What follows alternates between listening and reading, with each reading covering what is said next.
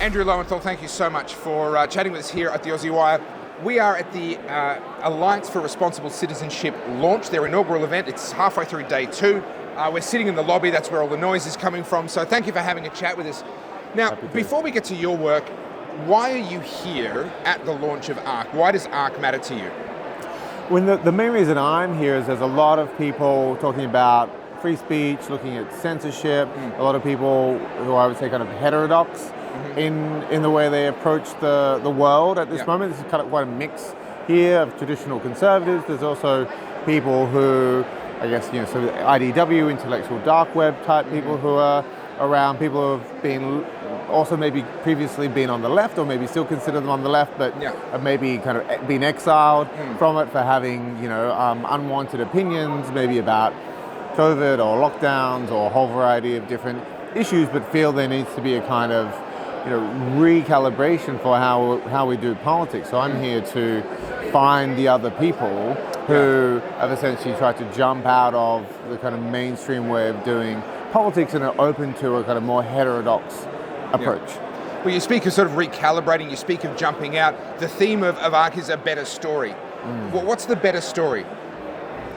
Well, I mean, to be honest, I'm also still kind of ingesting and figuring that out. And I think there are a lot of different stories going on here, and I think there's a lot of debate about what the direction is, and there's certainly, for me, I see a tension between that more heterodox approach and that more kind of traditional conservative approach, and where they're going to meet, or what that evolution is going to be. For me, it's not necessarily that these things have to become one thing. For me, success of doing or being in an event like this is that hundreds or thousands of different things will spin out of it, different and new collaborations that wouldn't have otherwise happened. Yeah. So speaking of collaborations, what sort of thing would you be looking for, given your background, Twitter files, etc.? Please give us a rundown of what you've done, what you've been involved in. When you say collaborations, what do you mean? What would you be looking for out of this? Sure. So, I mean, my background is I ran a kind of left-wing progressive NGO for almost 18 years. It did online freedom of expression work, sort of human rights online, you could call it, in Asia, particularly Southeast Asia. A lot of things began to change in the human rights space in NGO world over the last 4 or 5 years. It was always problematic in some ways, but really started to change post Brexit and Trump. COVID accelerated that dramatically, and the people who were supposedly the guardians of free speech and online free expression either sat back and let enormous amounts of kind of censorship take place, or in some cases, as discovered through the Twitter file, some of these NGOs and academics, and sometimes even people I knew, were part of this new censorship industrial complex that was working with government, that was working with big tech to censor. So I think that's some of the work that I've been doing with Matt Taibbi on the Twitter files, and my background was that because I knew that NGO sector and the academic sector, I could kind of help map and trace and make a contribution to understanding what was going on. More recently, I've been working with Michael Schellenberger, one of the other kind of main Twitter files journalists, to launch a new free speech movement. We published a declaration called the Westminster Declaration a couple of weeks ago, which is essentially a free speech manifesto, particularly targeting the ways in which so-called anti-disinformation has been used as a weapon for censorship. In terms of your question about what does collaboration look like, I mean, I think it's just dozens, or if you're lucky, hundreds of conversations that happen on the side of the conference that are stimulated by the talks and the framing that happen on the main stage. So I think that for me, the biggest takeaway, or the thing that I'm finding most fruitful about this, is I'm meeting amazing people that I haven't until now had opportunity to meet. So I just had a great conversation with Eric Weinstein. I just had a conversation with Brett Weinstein. There's incredible people here of a caliber that they kind of seem very, very distant, far away on the internet when you're in Australia. But here they're all kind of meeting, and there's a great conversation that's emerging as a result. So you mentioned censorship. In Australia, we've got this thing currently being rammed down our throats called the Misinformation Disinformation Bill. This is the government essentially trying to hold social media companies over a barrel. They're going to levy fines into the millions, or actually, if you look at the way it's written, because it's a percentage of revenue, it could theoretically run into the hundreds of millions of dollars in fines just for allowing so-called misinformation or disinformation to remain on their platforms. The proponents of these bills say that this is necessary because misinformation and disinformation is causing harm. Do they have a point to any degree? Are you completely dismissive of that concern? Is there a balance to be struck here, or should we just allow anyone to say anything?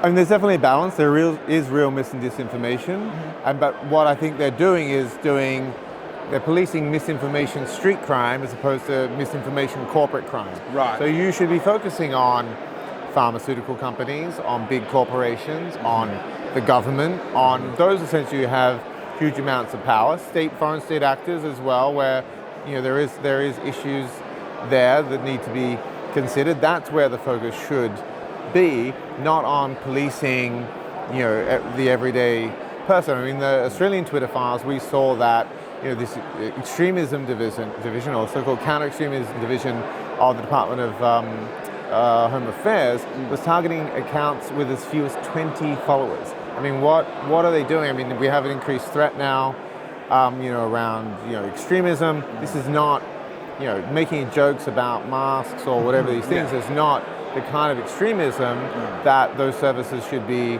focused on. So they're wasting time, they're wasting our money. At the same time, we don't want to encourage too much of that, because it can also be, we clearly saw that the infrastructure that was created to counter terrorism was then turned against the people themselves. So it really is a kind of fine balance in going, right, there is a role for government and intelligence agencies on this stuff, but there's been radical overreach that has worked its way into the everyday life and everyday speech of ordinary citizens, and we've all suffered as a result, because we've gotten worse health outcomes, worse social outcomes, because we haven't had the debate that we should have been able to have.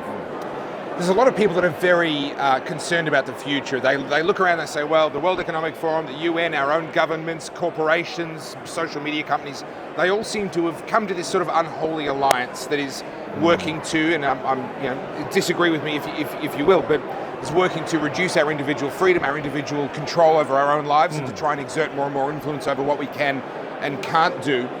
You've seen more of the world than most. You've worked in Southeast Asia, you've run NGOs, you're now deeply involved in the defence of free speech. These are global issues that you have some perspective on. What is your perspective on the future? Do you think that these are battles that can be won? Are people fearful for a good reason, or can we overcome these challenges?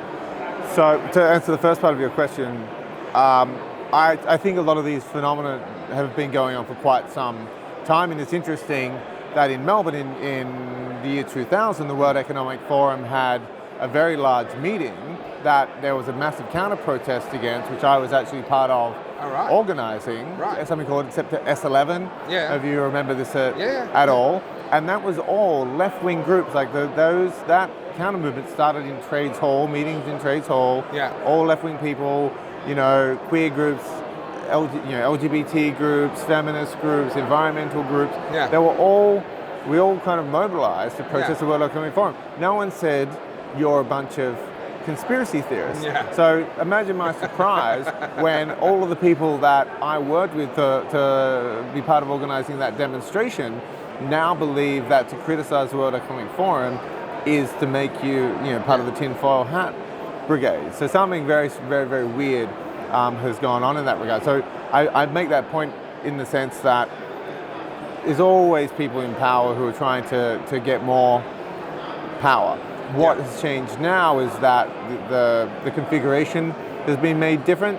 So the people who used to criticize the World Economic Forum, or certain sections of them, have been co-opted and brought inside the World Economic Forum and made part of the meetings, and that section of the elite of capital has decided that we'll put on the kind of window dressing of progressivism while we continue to do our rapacious capitalism at the same time. So that said, I think we can win this. I actually think we've scored a lot of big wins. I mean, I think for a lot of people, they were imagining things like vaccine mandates and passports could be in for years. Yeah. In the end, they didn't really last much more than a few months, sometimes 6 months. In Australia, that whole regime is essentially collapsed. All of the infrastructure is there still, which is obviously a concern.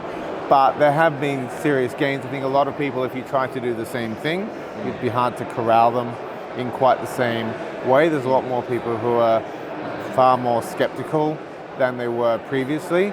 So is it all over? Absolutely not. I think it's still not going in the right direction. Have we been able to hold some of the worst of it back? Yes, and I think the kind of victories that have occurred, we should take heart from in order to kind of push back even further and really move the momentum in the other direction.